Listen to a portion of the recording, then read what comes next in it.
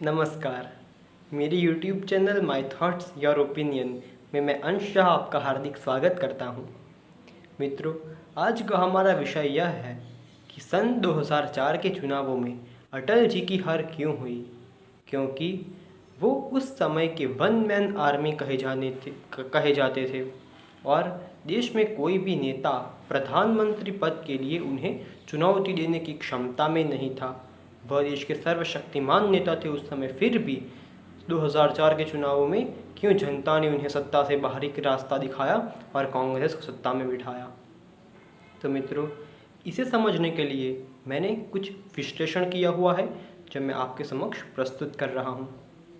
मित्रों, इसमें point number 1 कि भाजपा का सबसे बड़ा मुद्दा राम मंदिर का था कि जिसके जरिए वो सत्ता में बैठे थी।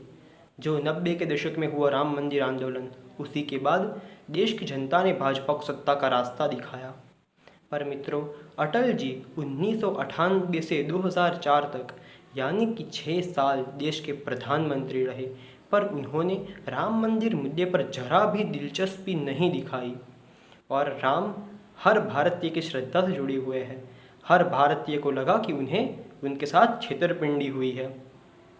मित्रों, इसके अलावा पॉइंट नंबर 2 भाजपा का दूसरा सबसे बड़ा मुद्दा था, जो कि भाजपा की स्थापना के समय से और जो पार्टी उनकी पूर्वज है जनसंघ, वो भी इस मुद्दे को अपने एजेंडे में शामिल करती आई थी।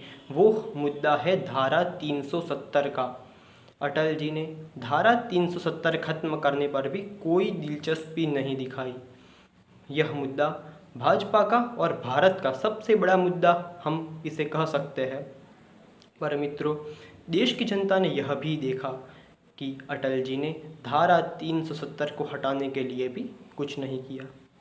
इसके अलावा पॉइंट नंबर 3, अगर हम दूसरे सारे मुद्दों को भी एक करें तो बांग्लादेशी घुसपैठियों को हटाना, जो भी भाजपा के मैनिफेस्टो में पहले से ही था।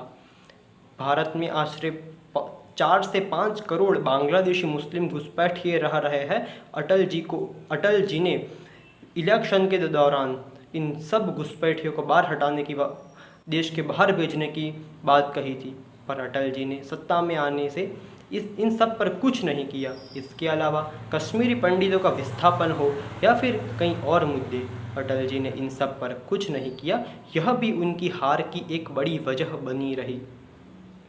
इसके अलावा पॉइंट 4, जो भाजपा की पूर्वज है यानी कि आरएसएस राष्ट्रीय स्वयंसेवक संघ, उसने 2004 के चुनावों में अटल जी को जिताने के लिए कुछ भी नहीं किया। अगर आरएसएस इच्छती तो उस समय भी अटल जी को वो सत्ता दे सकती थी, पर आरएसएस ने भी 2004 के चुनावों में भाजपा से दूर ही रहने का निर्णय किया था। मित्रों, और भारत की जनता इतनी मूर्ख नहीं है कि वो अटल जी को दूसरी बार सत्ता न दे। वो अटल जी को दूसरी बार सत्ता अवश्य देती, पर अटल जी ने अपने एजेंडे पर, वो अपने मैनिफेस्टो पर खरे नहीं उतरे थे, फिर देश की जनता उन्हें मत कैसे दे सकती थी। मित्रों, और अगर हम और कुछ लोग यह बात कर रहे हैं कि अटल जी के पास पूर्ण बहुमत नहीं थी, वह गठबंधन सरकार चला रहे थे, इसीलिए उन्होंने ऐसे सब निर्णय लिए। पर मित्रों, अगर वो गठबंधन सरकार चला रहे थे तो हमने माना कि उन्हें सब पक्षों को साथ में लेकर सरकार चलानी थी। पर इसका अर्थ यह नहीं है कि वो किसी भी मुद्दे पर आगे बढ़ने का प्रयास ही न करें। अगर उन्होंने सिर्फ प्रयास ही किया होता, अगर उन्होंने राम मंदिर, धारा 370 यानी कि और भी कई मुद्दों पर सिर्फ आगे बढ़ने का प्रयास भी किया होता, तो देश की जनता ने उन्हें वाकई में सन 2004 में दूसरी बार सत्ता में बिठाया होता और देश में भाजपा की सरकार बनी होती और देश को मनमोहन सिंह जैसे पपेट पीएम से छुटकारा मिला होता। मित्रों, इसी विचार के साथ मैं आपसे विदाई लेता हूँ। अस्तु, जय हिंद, जय भारत।